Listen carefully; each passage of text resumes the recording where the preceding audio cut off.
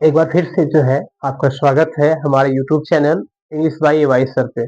और आपको जो वाक्य दिख रहा होगा कंबाइन करने के लिए जो है, ये जो आपको सिखाया जा रहा है बच्चों, ये आपके जो है पीवाईक्यू है और आपके जो है कक्षा 11 और 12 के सिलेबस में है। कक्षा 12 के जो है बोर्ड एग्जाम में जो है देखने को मिलता है, आता है, आया है इस टाइप का वाक्य। और इसमें क्या क्या वर्ड यूज होते हैं, कैसे आप यूज करेंगे, ध्यान से इसको समझेंगे। कह रहा है combine the sentences using in spite of. In spite of मतलब जानते हैं के बावजूद, ठीक है। जैसे देखिए ही वाज इल, वो बीमार था। ही अटेंडेड द मीटिंग, उसने जो है मीटिंग में जो है हिस्सा लिया, उपस्थित हुआ। तो देखें आप लोग इन स्पाइट ऑफ का यूज करना। अब आपको बता दें इन स्पाइट के साथ ऑफ लगता है, ये याद रखेंगे। और इन स्पाइट ऑफ जो होता है बच्चों, ये वाक्य शुरू में देखने को मिलता है, ठीक है। और आपको बता दें यहाँ पे जो है वाज हट जाएगा, in spite of his illness हो जाएगा, ठीक है। क्योंकि हिज इसलिए लगा रहे हैं क्योंकि जो आपका ही है, दोनों वाक्य का कर्ता एक ही है, क्योंकि बीमार होने की बात उसी को ही बताया गया और उपस्थित होने की भी बात उसको बताई गई, इसलिए जो है हिज करेंगे, क्योंकि ही के साथ अपने के लिए हिज होता है। तो बिकॉज यहाँ हो जाएगा आपका इंस्पाइट ऑफ हिज इलनेस करेंगे, ठीक है। इसमें जो है इंस्पाइट ऑफ हिज इलनेस मतलब अपनी बीमारी के बावजूद, ठीक है। यहाँ आपका हो जाएगा in spite in spite of his illness, ठीक है। यहाँ आपका कामा लगता है, ठीक है। कामा लगने के बाद हो जाएगा आपका सेम यही चीज आप जो कहते हो उतार लेंगे, अटेंडेड द मीटिंग, ठीक है। मतलब जो है बीमारी के अपनी बीमारी के बावजूद जो है ना, ही अटेंडेड द मीटिंग, वह जो है मीटिंग में उपस्थित हुआ या वह मीटिंग में मौजूद था, ठीक है। ही वाज इल, वो बीमार था। ही अटेंडेड द मीटिंग, वह जो है फिर भी जो है वो मीटिंग में उपस्थित हुआ, मौजूद हुआ। तो वही चीज यहाँ बताया गया, स्पाइट ऑफ हिज इलनेस, अपनी बीमारी के जो है बावजूद ना ना मतलब बीमार होने के बावजूद जो है फिर भी वो क्या किया, मीटिंग में अपनी मौजूदगी की, ठीक है, वो वहां उपस्थित हुआ, ठीक। ये आपका पहला वाक्य हुआ स्पाइट ऑफ का यूज करके। अगला है कंबाइन द सेंटेंसेस, वाक्य को जोड़ना है यूजिंग बिकॉज, बिकॉज का यूज करके। बिकॉज मान जानते हैं क्योंकि, ये रीजन बताता है, कारण बताता है। इसमें दिया गया पहला वाक्य ही डिड नॉट कम, वह नहीं आया। दूसरा है ही वाज इल, वो बीमार था।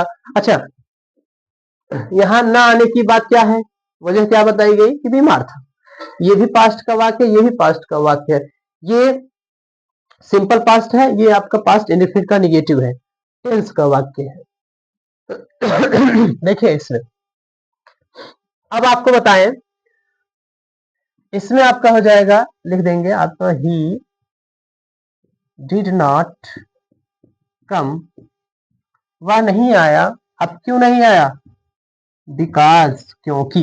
ही डिड नॉट कम, वह नहीं आया, बिकॉज, क्यों नहीं आया था, बिकॉज से आप जोड़ेंगे ही डिड नॉट कम, वह नहीं आया क्योंकि, बिकॉज का मतलब क्योंकि, he was ill, he was ill, क्योंकि वो क्या था, बीमार था, ठीक है।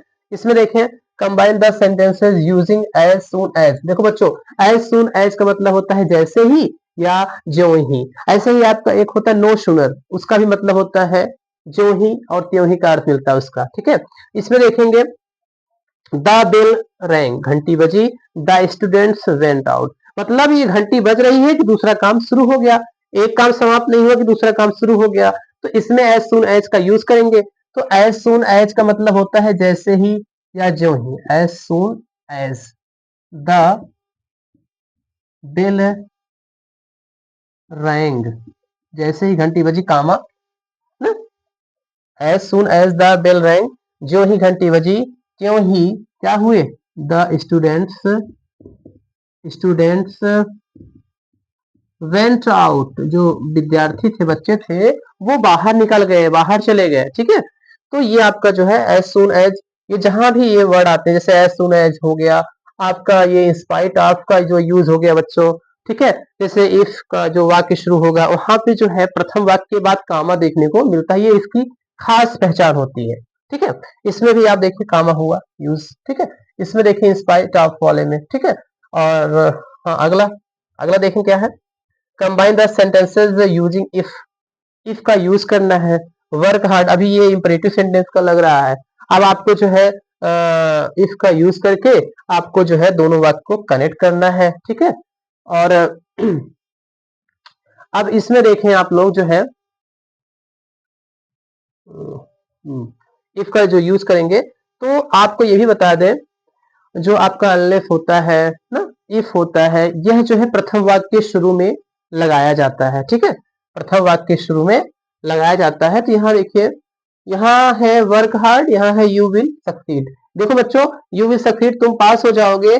यहाँ जो है आप देख रहे हैं वर्क हार्ड, ये कहीं ना कहीं आपको समझना चाहिए। जब आप इसमें इसका यूज करेंगे तो आपको देखना होगा दूसरे वाक्य का कर्ता क्या है। दूसरे वाक्य कर्ता जो है आपका दूसरे वाक्य का, वो है यू, और ये फ्यूचर इंडेफिनिट टेंस में है। जब ये फ्यूचर इंडेफिनिट टेंस है तो आपको ये प्रेजेंट इंडेफिनिट टेंस में बनाना होगा, रखना होगा। तो यही जो आपका सब्जेक्ट है यहाँ यू किया जाए, क्योंकि वर्क हार्ड एक ही व्यक्ति को कहा जा रहा है, वो है तुम्हें, आपको कहा जा रहा है। तो यहाँ हो जाएगा इफ यू वर्क हार्ड हो जाएगा। If you work hard you will succeed, मतलब अगर आप कठिन परिश्रम करेंगे तो आप जो है सफल हो जाएंगे, उत्तीर्ण हो जाएंगे, ठीक है। तो यहाँ देखें आपका हो जाएगा if you work work hard, if you work hard, यहाँ कामा, यू विल सक्सीड, आप पास हो जाएंगे। If you work hard comma you will succeed, मतलब अगर आप जो है कठिन परिश्रम करेंगे तो यू विल सक्सीड, आप पास हो जाएंगे। जब इधर का वाक्य जो है प्रेजेंट इंडेफिनिट टेंस में होता है, इधर का वाक्य फ्यूचर इंडेफिनिट टेंस होता है, ठीक है।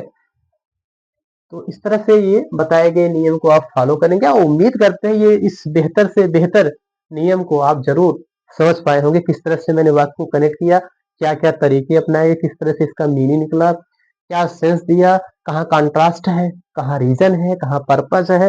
हाँ, ये इफ जो होते हैं ये कहीं ना कहीं पर्पज बताते हैं, उद्देश्य बताते हैं, ठीक है, कंडीशन बताते हैं। हाँ, तो आप जो है इन सब एग्जाम्पल को आप समझें, इसको लिखें, अपने कॉपी प्रैक्टिस करें। आपके बुक में भी कहीं ना कहीं अगर एक्सरसाइज मिल रहा है तो इसको देखें, प्रैक्टिस करें, समझें। पेपर में नहीं तो आपका 2-1 नंबर का, 2-4 नंबर का मिस हो जाएगा इस तरह के क्वेश्चन को आप अगर नहीं कर पाएंगे तो, ठीक है।